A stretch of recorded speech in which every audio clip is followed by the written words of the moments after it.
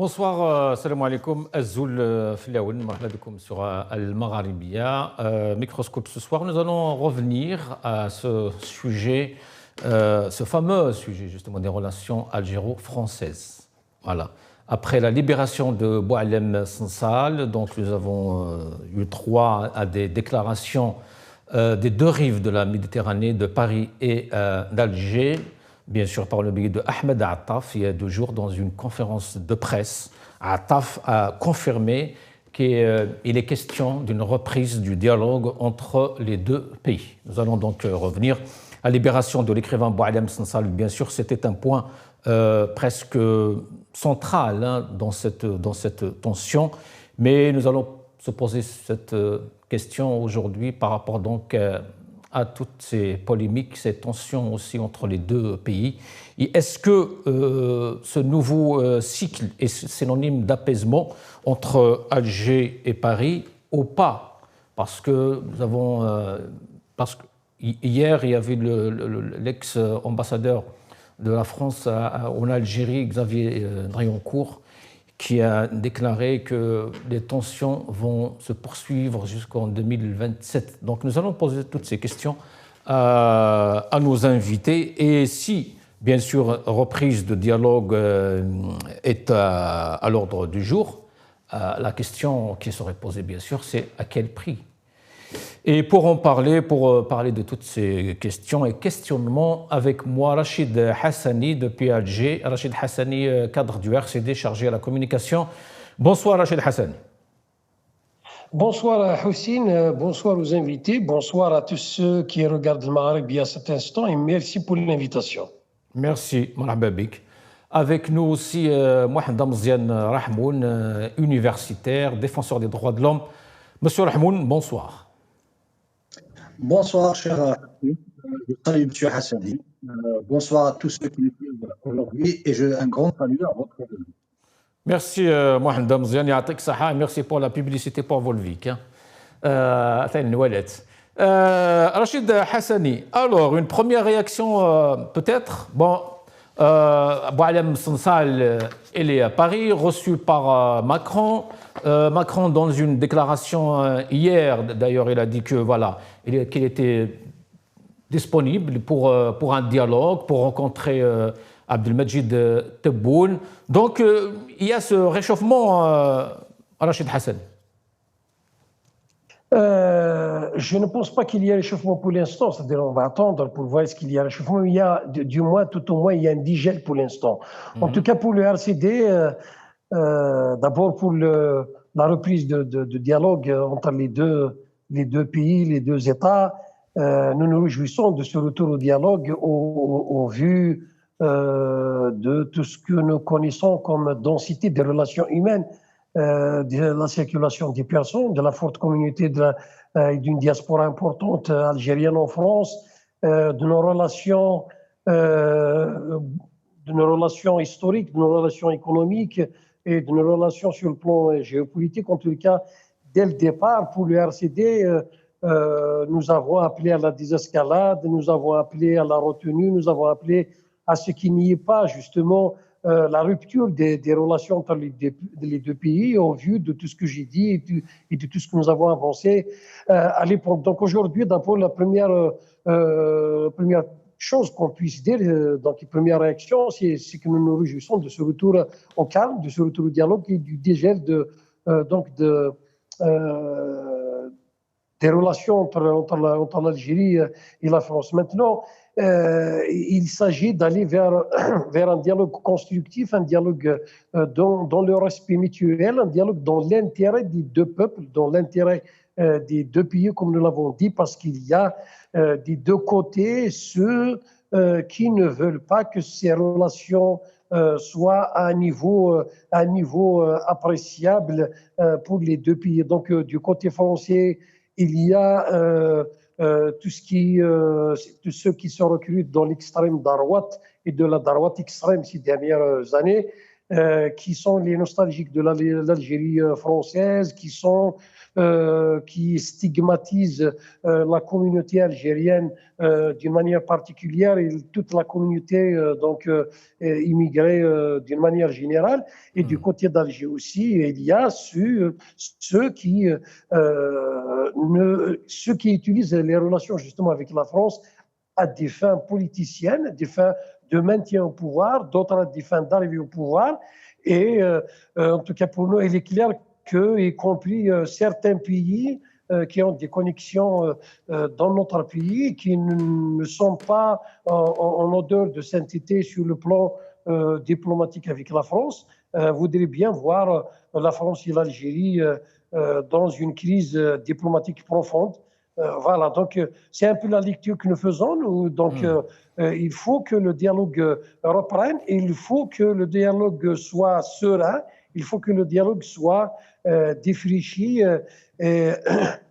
Donc il faut éviter justement toutes ces questions populistes et l'instrumentalisation du côté comme d'un autre. Oui, mais qu'en est-il, Rachid Hassani, qu'en est-il justement des affaires, des tensions, des problèmes qui ont accentué cette fracture entre Alger et Paris? Je cite l'affaire du Sahara occidental, la position de la France qui était à l'origine de ces tensions, l'affaire de Boualem Sansal, qui a été bien sûr relâché, l'arrestation d'un agent consulaire, les expulsions aussi de diplomates. Il y a beaucoup de problèmes qui ne sont toujours pas réglés, Rachid Hassan. Oui, effectivement, mais en fait, il faut distinguer les choses. Il y a les causes et il y a les conséquences. Les causes, comme je l'ai dit, c'est cette velléité à vouloir instrumentaliser à chaque fois la question algérienne pour ceux qui sont en France, donc de ceux dont j'ai parlé tout à l'heure, et du côté aussi algérien, de ceux qui ne voudraient pas avoir des relations justement tournées vers l'Europe, tournées vers la France, et qui voudraient bien consolider des relations avec des pays pour des considérations idéologiques, des considérations politiques. Donc ça, c'est les causes. D'autres causes aussi sont historiques. Donc, tant que la question justement de la guerre de libération, de tout ce qui s'est passé comme exaction, comme massacre, et donc toute la question de la mémoire qu'il faudrait effectivement essayer de régler d'une manière sereine, d'une manière adulte. Il y a après les conséquences, effectivement, Boualem Sansal, la rupture diplomatique, la question du visa, la circulation, la rupture du dialogue, notamment sur les questions sécuritaires. Tout ça, ce sont des conséquences d'une crise, effectivement, qui a été d'une crise d'abord larvée, latente, et d'une crise aussi qui a été accentuée, exacerbée après la reconnaissance de la France, donc de la souveraineté marocaine sur le Sahara occidental. Mais quels que soient les points de divergence et d'achoppement qu'il puisse y avoir entre la France et l'Algérie, il ne peut pas y avoir d'autre solution que de s'attabler, que de dialoguer, de discuter, de rester et de maintenir le minimum des relations en attendant de régler toutes les questions et de régler les questions par priorité une à une, d'adulte à adulte, d'État à État, d'une manière diplomatique et sereine, et sans oublier justement l'immensité des relations qui nous lient, des relations humaines. Il y a beaucoup d'Algériens qui sont en France, qui ont des familles en Algérie, beaucoup de Français qui ont un lien atavique avec l'Algérie, un lien affectif, un lien de sang, un lien avec l'Algérie. Donc il y a beaucoup d'Algériens qui ont des relations avec des Français. Et donc de ce point de vue, je pense qu'on n'a pas le daroit. L'Algérie et la France ne peuvent pas se permettre une rupture diplomatique. Et de ce point de vue, donc, il faut rester serein, il faut rester diplomatique, il faut essayer d'aller de l'avant d'un côté comme d'un autre. Il y a eu une délégation, justement, Rachid Hassani, dans ce registre, il y a eu une délégation qui est à Alger aujourd'hui, française bien sûr, conduite par la secrétaire générale du Quai d'Orsay. Quelle est votre lecture RCD par rapport justement à cette première visite officielle? Enfin, Notre lecture fait une lecture tout à fait logique. Ça s'inscrit dans la logique du dégel des relations. Donc, ça commence à dégeler parce que les relations étaient véritablement dans une impasse totale et étaient au bord d'une rupture complète des relations entre les deux pays. Et donc, aujourd'hui, du côté comme d'un autre, il y a eu cette prise de conscience que cette impasse n'était pas dans l'intérêt des deux États, dans l'intérêt des relations, dans l'intérêt des deux peuples, dans l'intérêt de la coopération sécuritaire notamment et de la coopération sur l'échange d'informations et de la coopération y compris économique. Et donc, il y a eu donc cette prise de conscience d'un côté comme d'un autre, et soit disant passant, donc nous en tout cas, nous nous réjouissons de cela.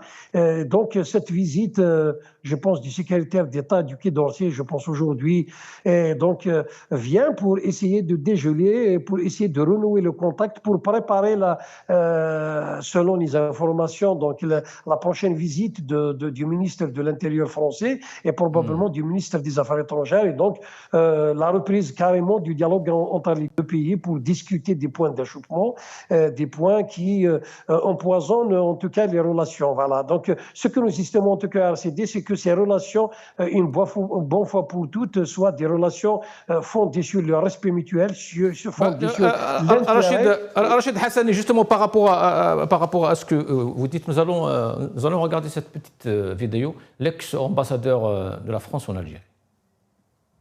Est-ce que cette libération de Boualem Sansal est le signe de meilleures relations entre Paris et Alger ou pas du tout finalement? Je pense qu'elle peut effectivement présager d'une reprise du dialogue. C'était évidemment une condition essentielle pour qu'on puisse reprendre le chemin d'un dialogue apaisé avec l'Algérie. Et on doit se réjouir du résultat en tout état de cause. Oui, François Gouillette, on a beaucoup dit que deux lignes se sont opposées durant des mois au sein du gouvernement français. Une ligne de fermeté tenue par l'ancien ministre de l'Intérieur, Bruno Retailleau, une ligne de modération incarnée par le ministre des Affaires étrangères, Jean-Noël Barrot. Est-ce que vous avez le même constat, la même lecture de ce qui s'est passé durant la quasi-année de détention de Boualem Sansal? Il y a eu des séquences et moi je me garderais bien d'opposer l'un à l'autre, l'ancien ministre à l'actuel. En tout cas, je pense que Bruno Retailleau était comptable effectivement de la sécurité des Français et a mis en avant la question des OQTF, qui reste d'ailleurs une question importante, qui est posée et qui devrait faire l'objet de discussions. Lorsque, pour parler de son successeur, Laurent Nunez, effectivement, qui a adopté une approche différente, se rendra à Alger, puisqu'il a annoncé qu'il effectuera un déplacement avant la fin de l'année. Vous-même. Rachid Hassani, donc là c'était M. Gouet, mais sinon Emmanuel Macron a été interrogé aujourd'hui par rapport à cette question et il déclare ceci: je tiens à ce que la France soit respectée et à ce qu'elle mène un dialogue sérieux, calme et exigeant. Si ces conditions sont remplies et qu'on peut obtenir des résultats, je suis disponible évidemment à tout échange à mon niveau. Est-ce qu'on peut dire que Macron pose ces conditions, Rachid Hassani? Oui, mais en fait, ce ne sont pas des conditions insurmontables. En tout cas, c'est ce qu'ils pensent, c'est ce qu'ils...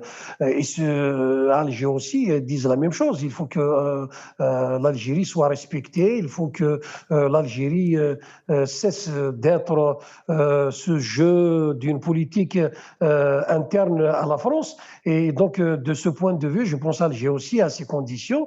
Et donc, je l'ai dit tout à l'heure, le fait que le dialogue est repris, je pense qu'ils auront d'un côté comme d'un autre toute la latitude et tout le loisir donc de rediscuter sereinement sans se mettre sous les feux de la rampe, sans donc dans le respect. Donc et puis voilà, donc la vidéo que vous avez montrée démontre aussi que cette ligne entre parenthèses qu'on appelle ligne dure, au fait n'était pas la bonne solution, n'était pas la bonne manière, y compris dans l'intérêt de la France et des intérêts de la France, et aussi montre aussi que effectivement la couleur politique d'un tel ministère ou d'un tel responsable politique en France influe beaucoup sur les relations. Voilà, donc nous assistons donc à l'avènement d'un nouveau ministre de l'Intérieur qui a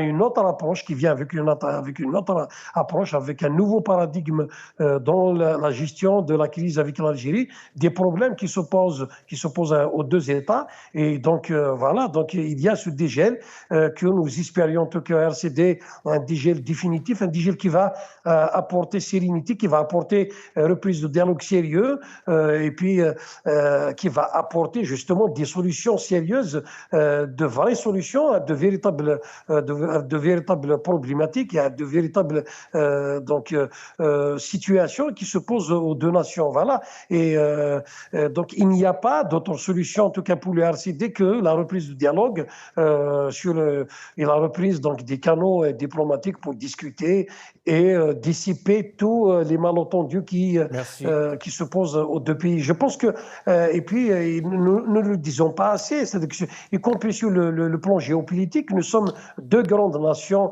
l'une de la rive nord de l'Afrique, donc de la Méditerranée, et l'autre de la rive sud, et donc deux grandes nations qui peuvent coopérer, qui peuvent avoir des retombées très positives dans une coopération stratégique sur le plan géopolitique, sur le plan économique, sur le plan culturel, sur le plan des échanges, dans un monde qui est en train de connaître des bouleversements douloureux, des bouleversements qui peuvent carrément remodeler les rapports entre les nations, les rapports dans le monde et dans la région.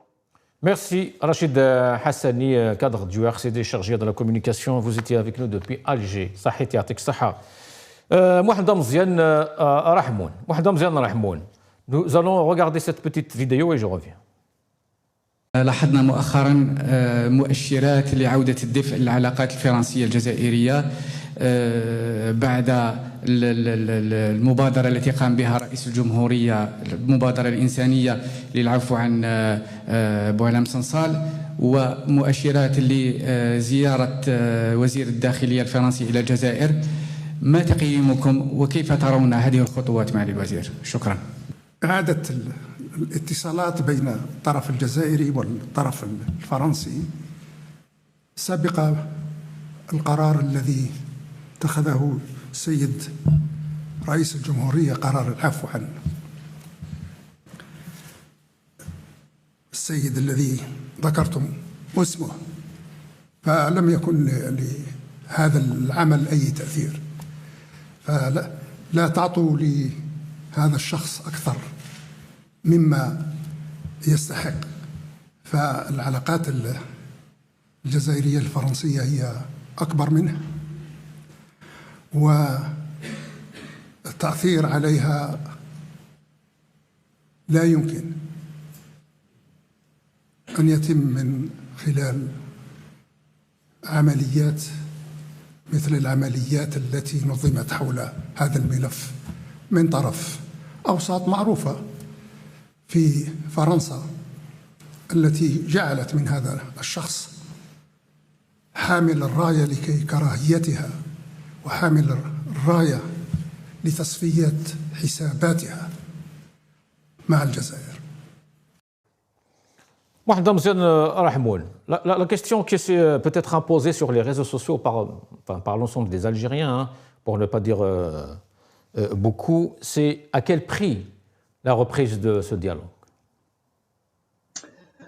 Premièrement, tiens, plusieurs fois nous avons fait des émissions et je m'aperçois que les analyses que nous avons déjà faites par rapport à la crise franco-algérienne et les résultats qu'on est en train de voir confortent les analyses que nous avons déjà faites il y a des mois de cela.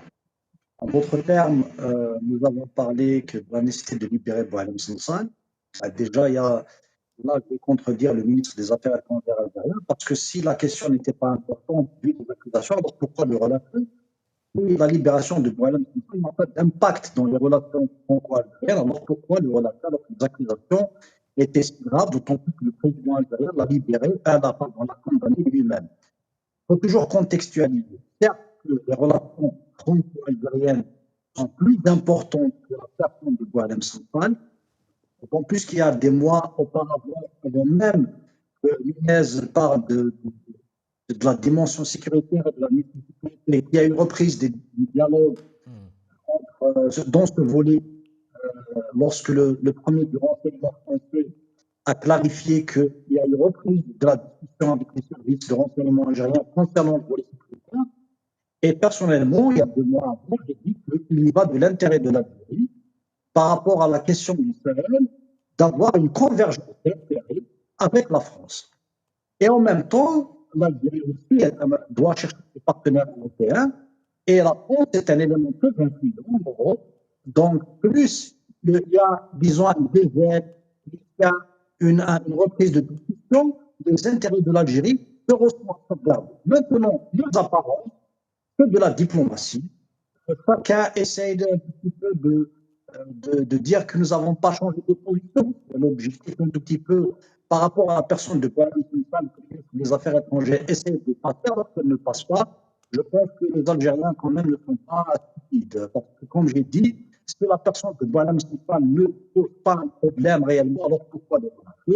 Moi, je pense que l'erreur a été faite dès le départ et je me réjouis que maintenant, ceux qui sont, disons, au gouvernement comprennent qu'il y a des jeux stratégiques, il y a une mille façons de piéger des États, des individus. Il arrive tout simplement d'être clairvoyant, ne pas tomber dans les pièges, ne pas pousser l'Algérie à l'isolement, ne pas pousser l'Algérie à la nacelle.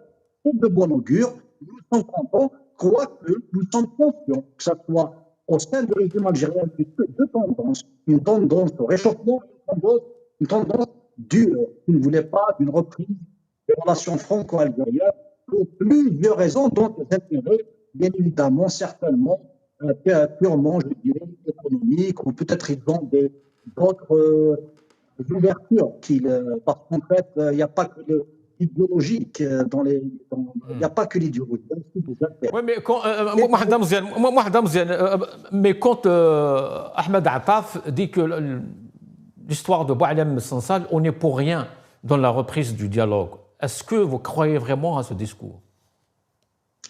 Moi, je dis tout simplement que certainement que le poids de Boualem Sansal par rapport aux relations franco-algériennes n'est pas important, mais il avait son importance quand même assez relative, surtout quand Bruno Retailleau était Premier ministre, n'est-ce pas?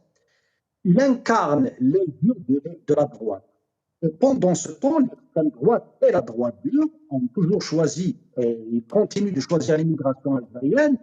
Certains même tirent sur le régime algérien, mais en fait, ils tirent sur l'Algérie. Ce n'est qu'un, si vous voulez, ce n'est qu'une alibi de tirer sur le régime algérien. Le cas de Driancourt, je l'ai qualifié même d'un personnage irresponsable.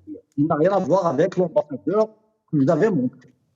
D'autant plus qu'on continue de 2027, parce que pour lui, l'objectif de cette France, de ce genre de Driancourt et compagnie, c'est de pousser l'extrême droite à atteindre le pouvoir, voire une droite dure.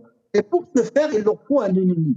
C'est une stratégie, plusieurs fois j'ai parlé de ceux qui ont théorisé cette stratégie du choix d'un ennemi, c'est Karl Schmitt qui l'a théorisé, et le régime algérien l'a choisi aussi.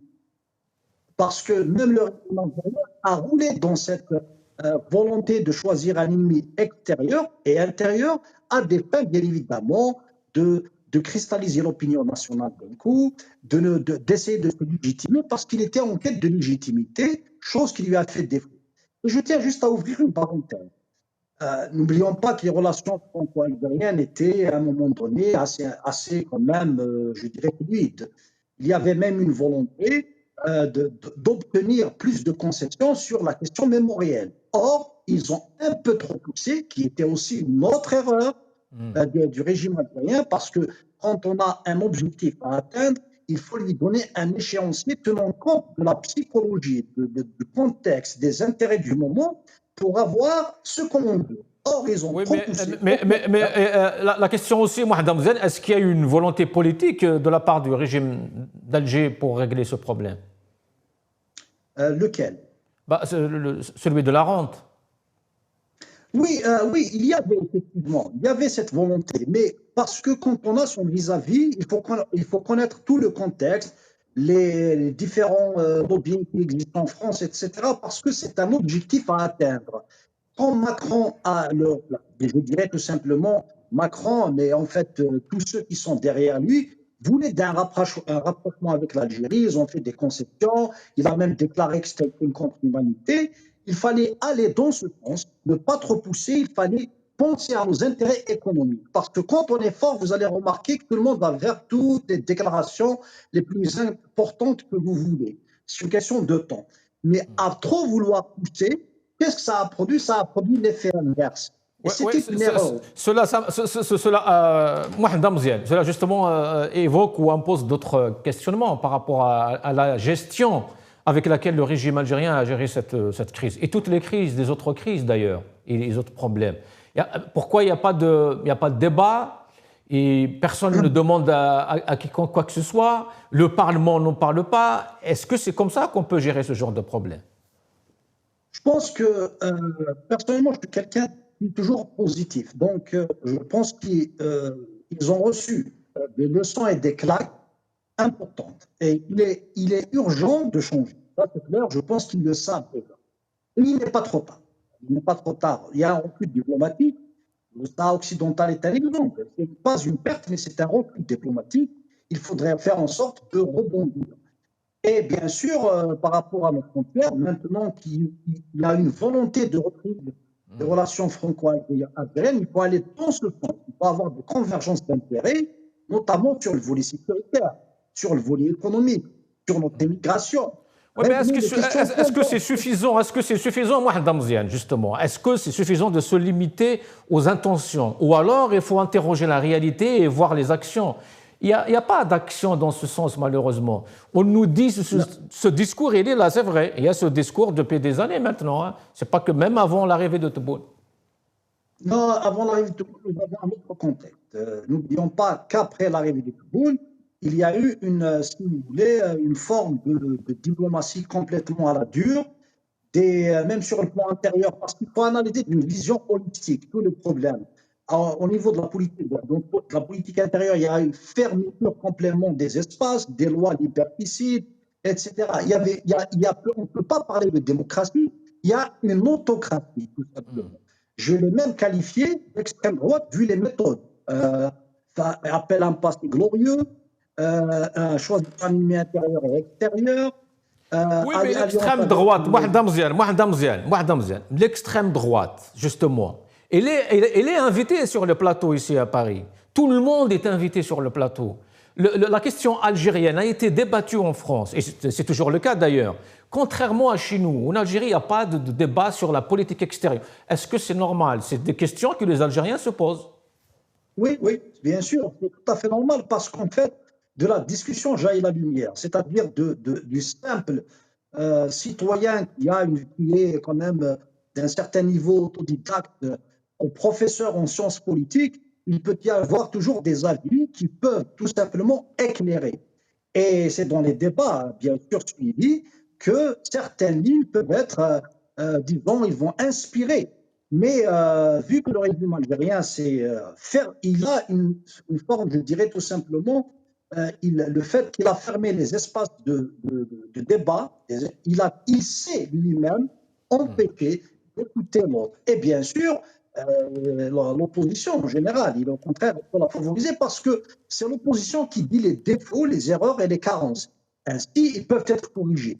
Par contre, tellement il était fébrile, il avait peur. N'oublions pas que comment Abdelmajid Tebboune a pris le pouvoir, il a été placé. Donc cette fébrilité, en fait, cette manque de légitimité a fait qu'ils sont fébriles, ils ont peur de leur peuple.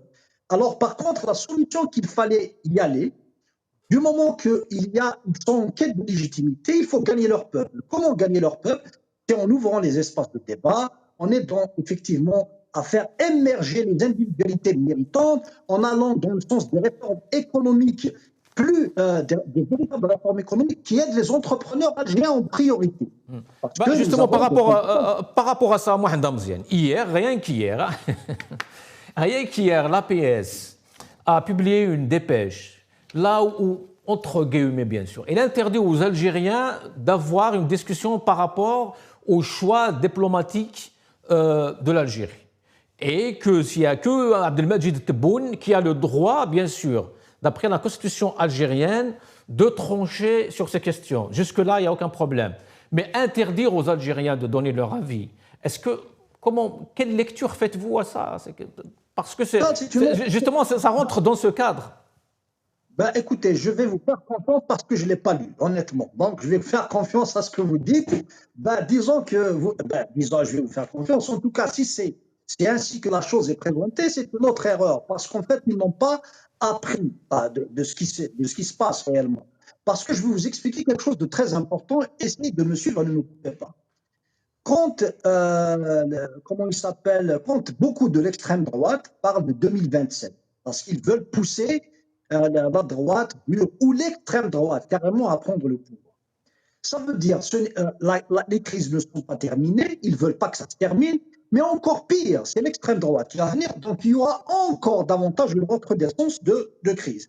À quel prix maintenant l'Algérie, avec une extrême droite en France, pourrait gérer la relation franco-algérienne? Or, la relation franco-algérienne, tellement elle était toxique, n'oublions pas, regardez le résultat. La France a fait un travail diplomatique intense à l'ONU en faveur de la résolution marocaine, en faveur de la résolution qui voulait que le Sahara soit sous la souveraineté marocaine. Elle fait des efforts en Europe, etc. Donc, est-ce que c'est intelligent au jour d'aujourd'hui, avec ce que nous avons comme potentiel, PIB, armement, etc., est-ce que nous avons intérêt à avoir des puissances derrière nous, quelle que soit la puissance? De ce fait, la réponse est non. Maintenant, avec toute cette pression sur son peuple, donc ça fait la crise, en fait, la pression augmente. Et nous connaissons les Algériens, à un moment donné, si ça va éclater, beaucoup vont profiter de cette crise. Au contraire, il y a un danger sur l'Algérie. Et c'est à cause de ce genre d'attitude. La politique étrangère n'est pas sacrée, la politique intérieure n'est pas sacrée, Abdelmadjid Tebboune n'est pas sacré.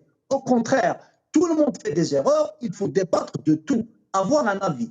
Et regardez, comme j'ai dit, moi qui est un simple citoyen, beaucoup des analyses que j'ai dites, et pourtant je ne suis pas un diplomate, se sont avérées justes. Donc, est-ce que ça implique que, de ce fait, il a tort? Si j'ai raison dans mes analyses et d'autres aussi ont raison dans leurs analyses, donc ça veut dire que ça ne peut pas être de la propriété d'une personne, d'un groupe. Il faut discuter de tout. Politique intérieure, c'est ça la politique. Politique extérieure, c'est ça la politique. La gestion de la cité, et nous nous sommes aperçus du recul. Personne ne peut le nier, le régime algérien le sait, il ne peut pas le cacher. Oui, très bien, Mohamed Amziane. Justement, par rapport à cette déclaration, nous allons écouter la déclaration de Macron. Vous savez quelle est ma position depuis toujours sur ce sujet. Je pense que nous voulons des résultats pour notre pays. Et donc, moi, je tiens à ce que la France soit respectée et ce qu'elle mène un dialogue sérieux, calme et exigeant. Et nous sommes respectueux de tout le monde. Et donc, si ces conditions sont remplies et qu'on peut obtenir des résultats, je suis disponible, évidemment, à tout échange à mon niveau. Et je l'ai eu par le passé. Et donc, nos équipes diplomatiques et nos équipes resserrées sont en train de travailler à cela. Et mon souhait, c'est que nous puissions avancer pour à la fois être plus efficaces sur les grandes questions économiques, sécuritaires, migratoires, afin d'œuvrer ensemble et de défendre chacun dans notre rôle, pour ma part, les intérêts de la France, et pour ce qui est du président Tebboune, les intérêts de l'Algérie. Maintenant, vous savez quelle est ma position. Mohamed Amziane. Donc là, on a un président de la France qui dit que le dialogue doit être exigeant et que par rapport à la libération de Boualem Sansal, il avait dit, d'ailleurs dans une autre vidéo, je prends acte. Est-ce que ce n'est pas les mêmes propos que la droite? Non, ça c'est, vous savez, aussi en France, il y a aussi, n'oublions pas qu'il y a ce qu'on appelle les principes de la République française, mais vous allez remarquer ils ont défendu plus Boualem Sansal que Christophe Glaise, n'est-ce pas? Mais aussi, n'oublions pas que quand même, il y a une opinion en France. Regardez le dernier vote à l'Assemblée nationale française sur les accords de 68. Donc, qu'on le veuille ou pas, l'opinion française est en train d'aller, et j'espère que non, enfin, j'espère, elle est en train d'aller vers cette extrême droite où le discours de la droite, elle soit dur ou d'extrême droite. De ce fait, le fait qu'ils ont fait pression, et n'oublions pas que Boualem Sansal a été soutenu par les Allemands, il a été soutenu par beaucoup d'écrivains, journalistes, il y a eu un travail important de médiatisation du fait de son emprisonnement. Or, ceci devait être pris en considération par le régime algérien. À maintes reprises, j'ai cité un seul exemple dans l'histoire pour essayer un tout petit peu d'aider. C'est le capitaine Léger, comment qu'il a induit en erreur le FLN pendant la guerre de libération nationale. Donc, à chaque fois que quelque chose survient, il y a le raisonnement politique et qu'il faut utiliser. Ce ne faut pas être dans la tête d'un militaire à essayer d'agir rapidement. Il y a l'intelligence politique. Et le fait qu'ils l'ont emprisonné, ça a fait de Boualem Sansal, ce n'est pas un Régis Debray, mais presque il est devenu un Régis Debray. Alors que ça a été contre-productif. Et dans toutes les négociations, à chaque fois qu'il parlait, la France l'a mis tout simplement parmi les éléments importants dans le dialogue. Maintenant qu'il est libéré, et tant mieux qu'il est libéré, j'espère que le régime ne va pas encore continuer dans ce genre de bêtises, parce que c'était très grave. Ce n'est pas que les propos de Boualem Sansal sont à négliger, ils sont condamnables, facilement, on peut les détruire facilement, mais n'empêche que ce n'est pas la solution de l'emprisonnement. Il faut comprendre le contexte, les objectifs, parce qu'effectivement, il y a beaucoup en France, ils sont la cristallisation de ceux qui veulent stigmatiser l'immigration algérienne, le régime algérien comme alibi à la fin de stigmatiser l'Algérie, c'est un fait. Mais le régime devait le comprendre. Pourquoi alors ne perdre autant de temps? Maintenant, pour ce qui est des intérêts, j'espère que le régime algérien, malgré que je m'oppose à ce régime, qu'il va défendre l'intérêt des Algériens et de l'Algérie avant tout dans les négociations avec la France. Il y va de l'intérêt de l'Algérie, au contraire, de ne pas se mettre la France à dos. Ce n'est pas une question. C'est une très bonne question. C'est une excellente question. Parce que justement, tous les observateurs qui sont un peu dans l'opposition se posent ce genre de questions. Est-ce que le régime algérien défend vraiment les intérêts des Algériens? Surtout les Algériens qui sont ici. C'est pour ça que je lance cet appel aussi. Parce qu'en fait, il y va de l'intérêt de l'Algérie. Parce que quand tous les pays du monde, c'est sa population qui est la force et la sève. Si vous perdez votre population, d'ailleurs, je l'ai dit à un moment donné, si après ce qui s'est passé en France à l'Assemblée nationale, le vote la remise en cause des accords de 68, nous avons un pays qui pouvait accueillir tout le monde. Les Algériens se sont à l'aise chez eux, ils vont tous prendre leur bagage, ils vont partir. Nous avons un travail à faire en Algérie, nous avons des sociétés, on se sent bien. Mais justement, la situation est telle qu'elle, les données sont telles qu'elles sont. Donc, au contraire, maintenant que le monde est en train d'aller d'une manière rapide, moi je pense que celui qui va résister, c'est celui qui va avoir sa population avec lui. Celui qui ne va pas résister, c'est celui qui va perdre sa population. Et c'est pour ça qu'à chaque fois qu'ils perdent leur position, ils vont faire plus de concessions dans différents domaines à des puissances, à des multinationales. Et il y va de l'intérêt de l'Algérie, au contraire, d'aller vers sa population et de faire confiance à l'intelligence des Algériens. Et je tiens à, puisqu'on a parlé, j'ai pris quelques notes quand même lorsque M. Hassani a parlé, a débattu avec toi. Attendez. Sur la réaction de Macron? Bien. Alors, à ce jour, n'oublions pas que cette crise, elle est encore existante parce qu'il y a l'affaire aussi, si vous vous souvenez, quand elle a atteint le pic, c'était quand il y avait l'affaire de Amir DZ. Oui. N'est-ce pas? C'était le pic, c'était vraiment très intense. Donc, ce genre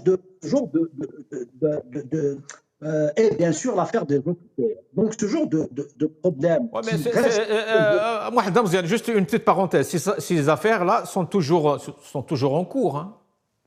Oui, c'est pour ça que je dis que ces affaires-là sont toujours en cours. Et certainement que, vu la reprise ou le dégel, il y aura des dialogues intenses et approfondis. Ça va tourner autour de ça. Est-ce que vous comprenez justement les Algériens qui disent tout ça pour ça? Attendez, je vais juste continuer. Parce que 2 questions, 3 questions à la fois, à la fin, je vais perdre le fil. Allez-y, allez-y. Donc, il s'agirait aussi de discuter de tout cela, afin effectivement de sortir avec des résultats des deux parts. Et moi, je dis que le régime, il est de son intérêt, au contraire, de libérer la parole, d'essayer de se concentrer sur les intérêts de son peuple. Là, ça va être la solution. Et là, il va faire, au contraire, je dirais quelque chose d'historique. Vu que le contexte s'y prête, vu que les choses sont en train d'avancer incroyablement, s'il n'y a pas de confiance entre le peuple et le régime. Et disons que, et puis d'ailleurs, c'est pour ça que l'extrême droite essaie toujours, si vous avez remarqué dans leur discours, y compris Derek Zemmour, quand il a fait le grand mensonge que le régime algérien est en train de prendre des camions et de je ne sais quoi, de mettre des Algériens dedans et de les expédier dans des bacs de fortune, il le fait exprès. C'est pour vous dire la tendance, c'est-à-dire le régime algérien donne des alibis à ceux qui veulent tirer, mais en fait ce n'est qu'un alibi, sur l'Algérie. Et de ce fait, comme les choses vont avancer encore peut-être durement, et si c'est l'extrême droite qui arrive au pouvoir, les relations vont être tout simplement infectées. Et après, et comme Driancourt, c'est un exemple aussi qui parle comme quoi l'Algérie, c'est presque une Corée du Nord, si vous voulez. Donc, il faudrait prendre en considération tous ces éléments afin de ne pas être ni stigmatisé, ni montrer... Oui, mais Mohamed, quand ces critiques, justement, que vous venez de citer, qui viennent de l'extrême droite, de Driancourt, etc., en même temps, elles viennent des Algériens aussi. Des Algériens qui sont Algériens comme vous, comme moi, et qui partagent ces idées. Moi, je partage l'idée qu'il y a depuis 2019 une tendance très autoritaire. Je l'ai qualifiée même d'extrême droite, vu les similitudes avec l'extrême droite sur plusieurs volets, y compris sur l'identification religieuse. Ce que fait l'extrême droite, l'identité chrétienne. Chez nous, c'est l'identité musulmane, référentiel glorieux, retour à un passé, choix d'ennemis extérieurs et intérieurs. Donc, il y a des similitudes extraordinaires avec les moyens utilisés, bien sûr, fermeture contre l'état de droit, fermeture médiatique, etc., etc. Donc, c'est un fait. Mais est-ce que, parce que nous remarquons ceci, que nous ne pouvons pas quand même émettre des critiques constructives? Moi, je dis que nous avons remarqué dernièrement que la diplomatie algérienne, je ne le dis pas dernièrement, je l'ai dit à peu près, ça fait un mois, quand j'ai remarqué quand même il y a une autre façon de gérer, c'est pas non par l'insulte, etc., mais ils prennent le temps de répondre et leurs communiqués sont non plus virulents, tant mieux. Maintenant, ils peuvent continuer à faire toujours de l'autocritique afin de voir les voies et moyens d'atteindre à aller dans je dirais tout simplement, la libération, premièrement, des détenus d'opinion, qui est un gage. Deuxièmement, la libération du camp médiatique, il faut qu'il accepte la critique. Troisièmement, le débat contradictoire. Quatrièmement, aussi d'arrêter d'utiliser ces luttes de clans, parce qu'il y a des luttes de clans afin d'éliminer des entrepreneurs par-ci, des universitaires par-là, toute voix discordante. Je pense que c'est ça et la solution. Maintenant, uniquement se focaliser sur comment essayer de sortir son épingle du jeu avec de la diplomatie et en pensant uniquement aux puissances internationales, ça, c'est du replâtrage. Ça ne peut pas durer. Donc, à l'intérieur de l'Algérie, il y a une colère latente, donc le danger est là. Et parce qu'ils ont commencé à comprendre, et j'espère qu'ils ont vraiment compris, qu'il est de l'intérêt de l'Algérie de s'ouvrir, il est de l'intérêt de l'Algérie de sécuriser ses frontières, il est de l'intérêt de l'Algérie d'avoir des alliés puissants, et bien maintenant, il faut aller bien sûr à réfléchir que le plus grand allié qu'on puisse avoir, c'est son peuple. Et pour avoir son peuple avec soi, il faut le libérer tout simplement. Il faudrait que les Algériens respirent. Ça, c'est une condition préalable, je pense, à tout dire. Et ça va avoir une répercussion sur l'image de l'Algérie, sur l'image du régime. Quoique je dis que la transition démocratique est la seule issue, parce qu'un régime démocratique est un régime qui est flexible, parce que imaginons un régime démocratique, avec les paroles de Boualem Sansal, aussi grave soit-elle, il ne va pas être emprisonné, au contraire, ils vont favoriser le débat. Parce que la nature du régime ils l'ont compris. C'est pour ça que Boualem Sansal est devenu une question politique, après diplomatique. Merci Mohamed Mouziane Rahmoun, Yatik Saha. Merci à Rachid Hassani. Merci à vous toutes et à tous. Cette émission arrive à sa fin. Qima Dilhana, à demain.